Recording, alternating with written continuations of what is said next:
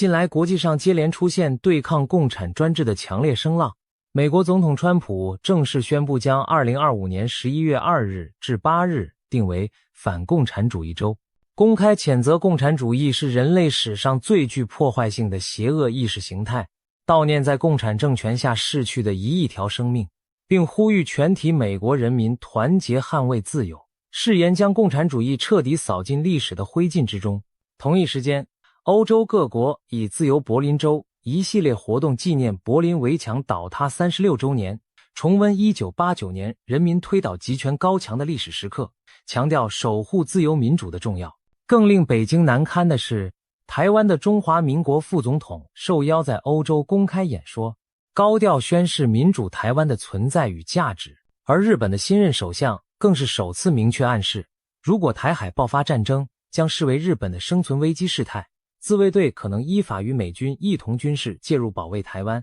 这是现任日本领导人破天荒的强硬表态，犹如向中共亮出介入台海防卫的决心。种种迹象显示，自由世界正形成围堵中共的新防线，从理念到军事全面出击。按理说，北京当局面对如此密集的挑战，应该跳脚大骂，强烈反击。然而耐人寻味的是，中共官方却显得异常低调，除了例行对欧美日提出几句抗议与严正交涉，中国国内媒体对这波反共浪潮几乎噤声不提。在美国宣布反共周后，官媒没有高调批判，只轻描淡写地指责一句冷战思维，便转移焦点。日本首相放话介入台海，照理也足以引爆民族主义愤怒，可北京除了召见日本大使抗议，并未鼓动国内民众大规模声讨。这番诡异的静默正透露出中南海此刻复杂的心态，表面镇定，内心惊怒交加。他们当然又惊又怒，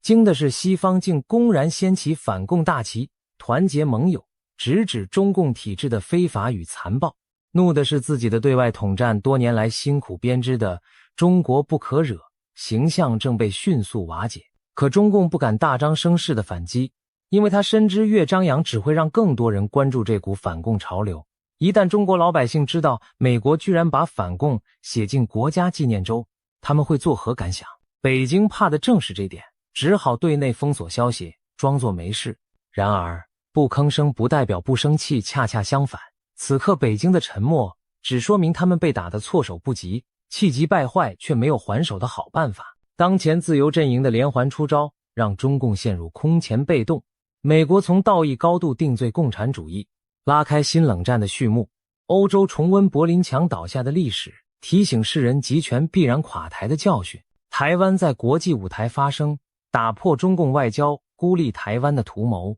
日本更直接摆明军事立场，要与盟友共扛印太安全。同一星期内，民主国家从价值观到军事战略全面出击，几乎是在宣告一个全球抗共的新联盟成型。中共领导层面对这四面楚歌，心中岂能不惊？但他们更怕的是示弱露怯，所以索性装聋作哑，希望把风头硬撑过去。这种异常的静默其实胜过千言万语，国际反共浪潮之汹涌已令北京骑虎难下。正所谓此时无声胜有声，北京越是不敢响应高呼，越证明他们内心的恐惧与恼怒。在国际受到围堵的同时，中共也急于向国内外展示所谓重大胜利。就在美国反攻周期间，北京高调宣布第3艘航空母舰福建号正式服役入列，试图以此振奋军心民心。福建号是中共首艘自主设计建造的电磁弹射型航母，满载排水量达8万多吨，采用平直通常飞行甲板和3部电磁弹射器，号称是全球首艘非核动力但却装备电磁弹射技术的航母。中共宣传机器卖力渲染这艘新航母如何代表中国海军跃居世界先进水平，仿佛解放军从此多了一件称霸远洋的国之重器。一些内地媒体甚至吹嘘福建舰的电磁弹射全球领先，足以威慑美日。然而冷静分析下来，福建号真有那么大的威风吗？事实恐怕正相反。军事专家普遍指出，航母战斗群的实力不只在于一艘巨舰本身的技术指标，更取决于整体配套能力与实战经验。福建号虽大，但仍采用传统燃气涡轮动力，航速与续航力不及核动力航母，装备电磁弹射看似先进，但这种复杂系统在美军都尚在磨合阶段，中国缺乏足够测试验证，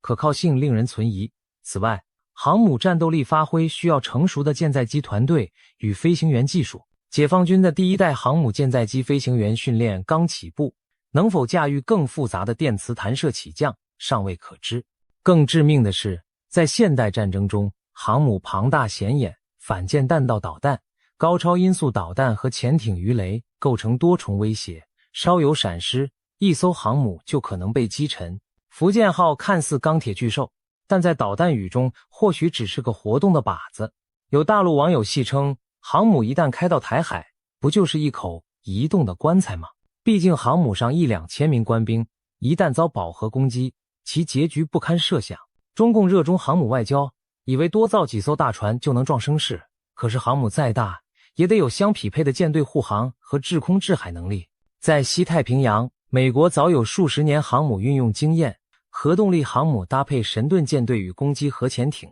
编织成密不透风的防御网。反观解放军第3艘航母刚服役，第1、2艘辽宁号、山东号至今仍在摸索起降训练。福建号的出现或许对周边造成一定心理压力，但短期内很难真正改变区域军事平衡。相反，它可能助长解放军高层的冒进行错判，错以为有了航母就能在台海或南海揽下便宜。殊不知，在美日早已部署的各式反舰武器面前，这艘庞然大物稍有不慎就会沦为钢铁棺材。如果中共将福建号投入对台作战，那更可能变成人类战史上最大的海上悲剧之一。可以说，福建号航母看似威武，实则脆弱，在宣传画面中风光无限，在实战环境下却随时面临覆灭风险。这口移动棺材真到了战时，装的恐怕就是中共海军自己的官兵性命。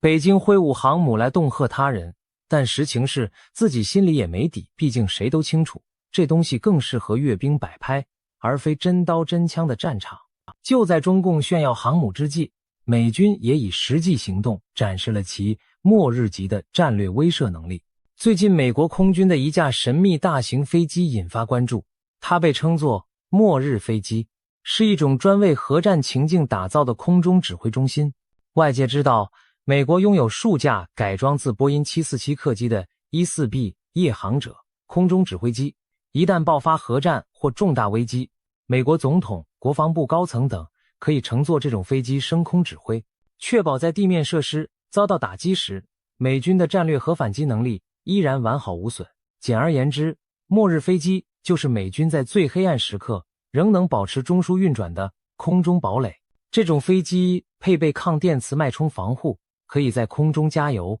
连续飞行数天，再有先进的通讯设备链接潜艇、战略导弹部队与全球各地部队。换句话说，即使本土指挥中心被摧毁，美国领导人也能在空中对全球核力量下达指令。正因如此，末日飞机被视为美军核反击能力的象征。无论敌人如何偷袭，美国都有能力确保第二击，乃至全面报复，让对手彻底毁灭。据传，就在最近台海紧张之际，美军的末日空中指挥所曾短暂现身关岛附近空域。虽然五角大楼没有对此细节多做评论，但许多分析认为这是美方释放的一种战略信号，提醒北京，美国早已做好最坏打算，你千万别轻举妄动。同时，美军也进行了一系列重大军事测试。川普政府据报下令研究重启地下核试验的可能，意在确保核武库可靠可信。美军则在10月底成功试射了一枚民兵洲际弹道飞弹，从加州发射击中远在太平洋中的预定目标，展示精准的远程核打击能力。这些动作无一不是在告诉世人，美国拥有并将维护一套强大的终极战力，包括对核战争的指挥、控制和毁灭性打击力量。与之相比，中共虽然核武数量有所增加，但既没有经验丰富的空中指挥平台，也缺乏可靠的早期预警和二次打击保障。若真到核弹齐飞的末日关头，美军领导层可以坐进末日飞机，坚定下令反击，而中共高层能否在混乱中保持指挥畅通，都成疑问。这场无声较量其实高下立判，中共拿出一艘航母夸耀肌肉，美国亮出的是覆盖全球的毁灭性威慑网络，谁更有底气，不言自明。对中共而言，美国的种种部署无疑传递着压倒性的威慑力。末日飞机在天空中缓缓盘旋，其背后意味的是美国强大的工业技术与军事组织能力，以及对于核战争这种最极端情境的从容准备。可以想见，北京高层在得知美军如此明确地演示核下组后，内心必然五味杂陈。一方面，他们不敢明着声张此事，因为宣传系统一向塑造美国外强中干、不敢真打的形象，末日飞机的存在戳破了这种幻觉。另一方面，他们也深深明白，在真正的终极对决中，中共政权几乎没有胜算可言。毕竟，连核战指挥中枢美国都准备了备份飞上天空，而中南海的领导人还躲在地堡中做着迷梦。这正是中共最害怕面对的现实。无论常规军力还是核实力，它与美国的差距如鸿沟般巨大。航母也好，导弹也罢，不足以改变这点。因此我们看到，北京对于美国此轮威慑行动依然保持克制低调，生怕刺激过度招致更大压力。但明眼人都看得出，美中双方在战略态势上的此消彼长。当美军的末日飞机在高空中守护着自由世界的安全时，中共引以为豪的新航母却只能在近海逞一时威风。耐人寻味的是，川普政府此刻毫不避讳地拉高对抗调门，仿佛笃定中共不敢越雷池一步。这恐怕正因为美国深知自己手中握有镇邪之剑，一旦共军妄动，等待他的将是毁灭性的下场。硬碰硬的军事对抗之外，中共还在进行另一条战线的较量，一场不动声色、隐藏在暗处的战争。这就是中共长期以来对台湾等自由社会展开的统战渗透和谍报行动。最近，北京当局一项奇怪的指示引起台湾舆论的警觉。中共中央要求全国31个省市的统战部门学习一位名叫吴石的共谍的精神。吴石是谁？他正是台海现代史上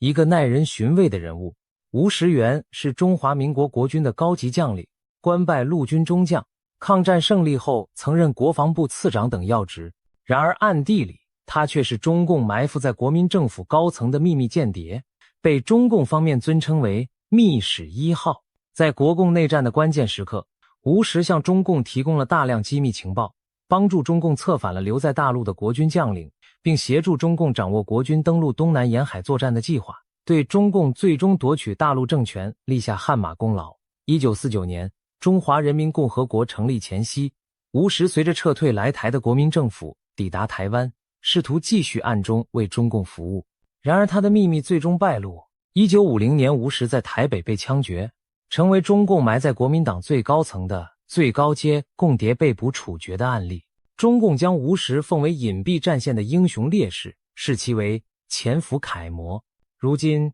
中共竟公然要求统战系统学习吴石精神，这是相当露骨的信号。对台统战渗透战线要以吴石为榜样，无所不用其极。换言之，北京已不掩饰其对台湾渗透颠覆的野心，甚至将其包装为一种精神来宣扬。难怪有人惊呼，战争其实早已开打，只是我们现在才听到开战宣言。中共对台的攻势早就不限于军机绕台、导弹演习，那些只是表面声势，更深层的攻击是在无形处进行的，包括间谍策反、金钱渗透、舆论操纵、网络攻击等。从吴石事件可以回顾，早在70多年前，中共就靠渗透离间打败了强大的对手，今天他们仍妄图故技重施。这些年来，台湾社会上不时爆出共谍案件，从退役将领到科技人士，无不成为中共吸收的目标。媒体界、商界亦充斥统战影响的黑手。当北京号召学习吴石，难道不是在向所有对台策反人员下达动员令吗？对台湾而言，这宛如宣告了一场没有硝烟的战争已经打响。更荒谬的是，中共的无声战争不仅渗透台湾内部，还让台湾自己的某些政治人物稀里糊涂地配合起舞。就在不久前，台湾在野党国民党的新任主席郑丽文参加了一场白色恐怖时期政治受难者的追思秋祭活动，本是缅怀威权时代冤魂的善举，却因为祭祀名单中包含共谍吴石而引发巨大争议。郑丽文在活动中鞠躬上香，等于也祭拜了当年被定罪的中共间谍吴石。此举被媒体讥讽为拜共谍，痛批国民党是连叛国者都膜拜，岂非荒天下之大谬。国民党方面辩解说，追思会是照惯例追悼所有50年代白色恐怖受难者，并非特意歌颂吴石。然而民间舆论并不买账，毕竟吴石的身份是板上钉钉的共谍，国民党自诩正统中华民国，现在自己的党主席去拜祭一个背叛中华民国的人，这怎能不让人错愕？更何况就在中共官方炒作吴石精神之时，国民党出现这一幕，效果等于给北京做了免费宣传。有评论指出，这起事件严重伤害了国军英烈与情治人员的感情，也混淆了后人对历史中间的认知，可谓毁坏中华民国史观。从统战角度看，北京恐怕正暗自窃喜，不费吹灰之力，你们就在台湾自己纪念起我方的间谍英雄了。这难道不证明中共的统战早就在台湾社会潜移默化地发挥作用吗？种种迹象表明，中共对台湾所进行的无声战争早已在我们生活中展开。它不像传统战争那样炮火隆隆，却同样危险致命。它渗透人心，颠倒是非，把敌人的间谍说成英雄，把爱国的忠臣抹黑成罪人。长此以往，一个社会对自身历史的基本判断都可能被侵蚀。所幸台湾多数民众对共产党诡计仍保持高度警惕。吴石祭拜风波引来铺天盖地的批评声，逼得相关人士连忙澄清撇清关系。这也提醒我们，抵御中共不能只看前线军事武力，还得提防背后的统战冷箭。当北京大张旗鼓学习共谍之际，就是在为秘密战线吹冲锋号。当台湾内部有人附和迎合时，我们更应睁大眼睛，别让敌人的阴谋得逞。这场无声的渗透战也许看不见硝烟，却是决定命运的另一战场。我们每一个人都在其中，必须时刻保持清醒。在中共一面暗施毒手之时，他们的宣传口径却总是颠倒黑白，逢人便贴汉奸标签。中共国务院的台湾事务办公室，简称国台办，不久前又上演了熟悉的一幕。发言人对台湾政要进行人身攻击，声称任何妄图分裂国家、背叛民族的人都是不忠不孝之徒，叫嚣这些台独分子会被钉在历史耻辱柱上。这些话充满传统道德的字眼，什么忠于国家、孝顺长辈，听上去义正辞严，但用来形容台湾民选领袖，实在滑天下之大稽。更荒谬的是，中共自己就是以出卖民族利益、迫害中国人民起家的政权，却大言不惭指责别人背叛民族。那么，历史上到底谁才是不忠不孝、背叛民族的真汉奸呢？不妨让我们细数几桩中共自己做过的汉奸勾当。抗日战争时期，中共宣称自己全力抗敌，但实际上却消极避战，养精蓄锐，让国民政府军队在正面战场浴血奋战。8年抗战期间，正面战场阵亡将士绝大多数属于国军，而中共武装保存实力，发展壮大自己。毛泽东甚至提出1分抗日，2分应付，7分发展，把主要心思放在壮大共产党上。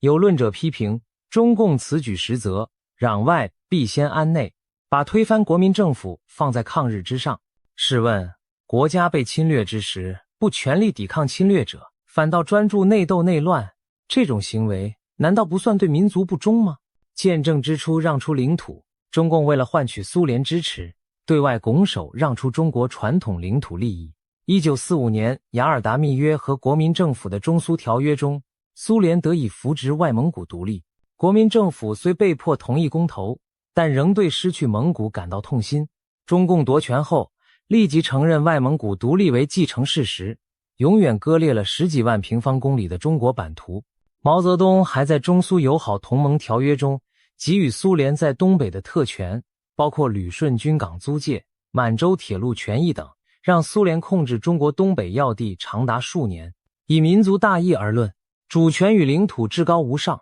中共却为一党之私出让河山，将100年来中国人流血抗争守护的土地拱手相让。这不是卖国求荣又是什么？执政后迫害人民，中共口口声声代表人民，但执政短短几十年内却造成一次次人道灾难，害死的中国人远超外敌入侵。最惨痛的例子莫过于1959年至1961年的大跃进和大饥荒。毛泽东为追求虚妄的钢产量和共产乌托邦，动员全国大炼钢铁，人民公社食堂大锅饭，导致农业崩溃，饿殍遍野。短短数年内，至少3000万中国农民活活饿死，无数家庭家破人亡。这是人祸而非天灾，却被当局掩盖多年。请问哪一朝哪一代的汉奸侵略者曾经一下子害死如此多的中国百姓？日军8年战争造成中国军民伤亡几千万人，已被视为滔天罪行，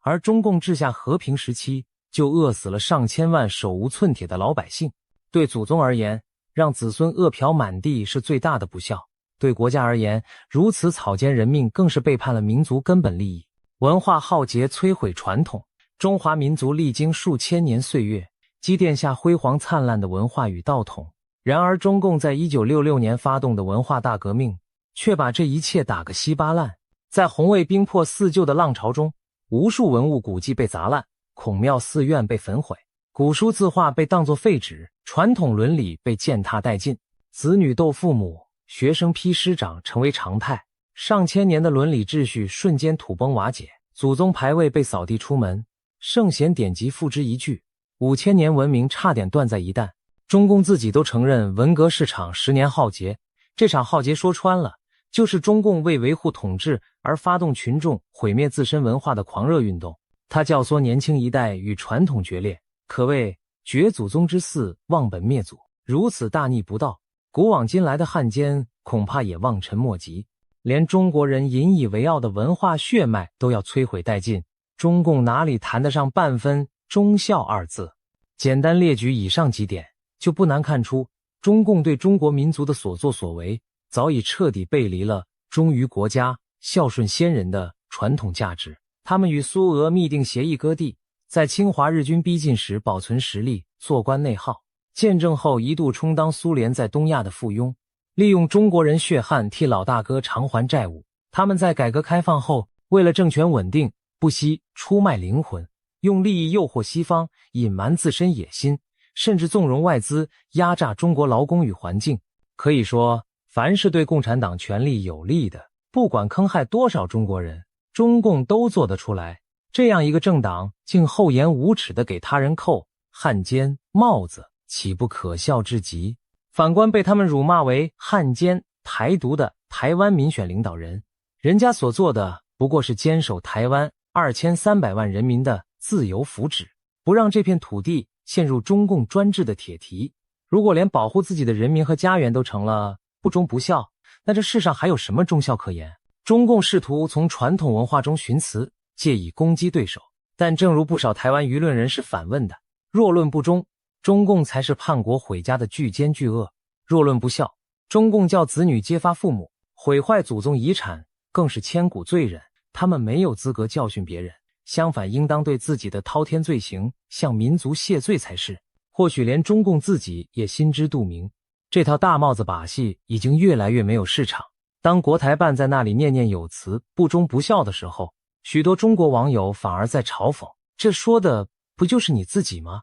连对岸的台湾民众都不以为意，反倒拿中共过往汉奸事迹来调侃。所谓高级黑，大概莫过于此。中共企图用传统道德羞辱对手，结果却无意中揭了自己的短。历史是公平的照妖镜，谁是真正背叛民族的汉奸，明眼人早有公论。透过上述种种事实，一个结论越发清晰：中国共产党根本不配代表中国。一个政权要称自己为中国的化身，首先需爱护这片土地和人民，传承这个民族的精神与文化。然而中共70余年的统治，给中国带来的却是满目疮痍的山河、断裂紊乱的文化，以及无数流离失所的亡魂。试问，这样的政权有什么资格代表拥有5000年文明的中国？正因如此，当今世界越来越多人开始有意识地将中共与中国区分开来。美国在反共州公告中明确指出，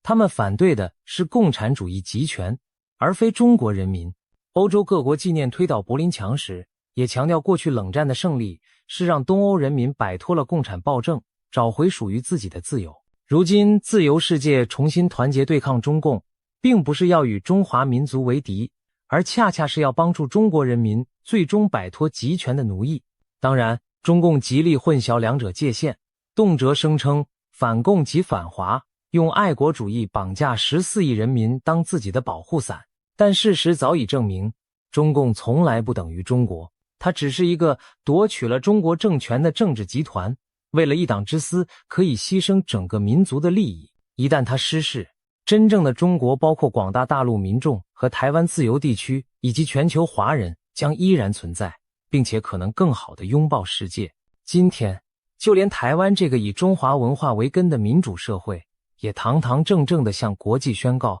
中华民国不等于中国共产党，炎黄子孙的未来不属于集权暴政。中共越是对内高喊自己代表中国，对外却频频露出心虚与惶恐。毕竟，他们深知自身统治并不得民心，只能靠谎言和铁拳维系。一旦国人看清真相，赫然发现共产党才是压在中国头上的最大汉奸卖国贼。其所谓新中国，原来是以出卖老中国为代价建立的怪胎，那时这副画皮就将彻底撕下。而今反共大旗下，中共不等于中国的观念正日益深入人心。美国正要公开谈论中国人民是中共政权的第一受害者，欧洲舆论也区分中国文化与共产党意识形态的天壤之别。甚至在中国大陆民间，面对经济困局与高压统治，不少年轻人开始反思中共究竟带来了什么。一个摧残传统又扼杀创新的集权体制，